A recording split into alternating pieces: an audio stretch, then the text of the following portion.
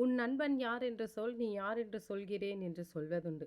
நம்முடைய குணம் நம்ம யார் கூட பழகுறோமோ அதை வச்சு மாறுபடுமா? நல்லவர்கள் கூட பழகுனா நல்ல குணமும், கெட்டவர்கள் கூட பழகுனா கெட்ட குணமும் வருமா? அப்படின்றத ஒரு குட்டி கதையோட நம்ம இந்த வீடியோவில் பார்க்கலாம்.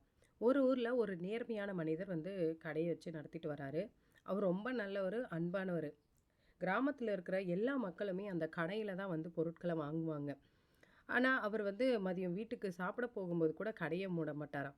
ஒரு திருடன் அந்த வழியாக போகிறாரு. அப்போது அந்த திருடனை கூப்பிட்டு, நான் வீட்டுக்கு சாப்பிட போகணும், நீங்கள் இந்த கடையை அது வரையும் பார்த்துக்கோங்க அப்படின்னு சொல்லிட்டு போயிடுறாரு. கல்லா பெட்டி திறந்துருக்குது, நிறைய காசு இருக்குது. மேலும் 2 பேர் பொருட்களை வாங்கி காசும் கொடுத்துட்டு போகிறாங்க.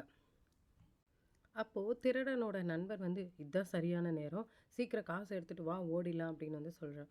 ஆனால் திருடனுக்கு இந்த முறை என்னவோ திருட தயக்கமாக இருந்தது. சாப்பிட போன கடைக்காரர் திரும்பி வந்துடுறாரு. உங்கள் பொருள் எல்லாம் சரியாக இருக்குதான்னு பார்த்துக்கோங்கன்னு சொல்கிறான் அந்த திருடன். கடைக்காரரும், அதெல்லாம் ஒன்றும் தேவையில்லை, உங்களை நம்பி தானே நான் கடையை ஒப்பிச்சிட்டு போனேன், அதெல்லாம் சரியாக தான் இருக்குன்னு சொல்கிறாரு. அந்த திருடனுக்கு மனசு ரொம்ப சந்தோஷமாயிடுச்சு. இப்போ அந்த திருடன் சொல்கிறான், உங்களை மாதிரி இருக்கிற நல்லவங்க கிட்ட கொஞ்ச நேரம் பழகினத்துக்கே என் மனசு இவ்வளோ தூய்மையாயிடுச்சு. வாழ்நாள் முழுவதும் நான் நல்லவர்களோட பழகினா என் மனம் எவ்வளோ தூய்மையாக இருக்குன்னு சொல்கிறான்.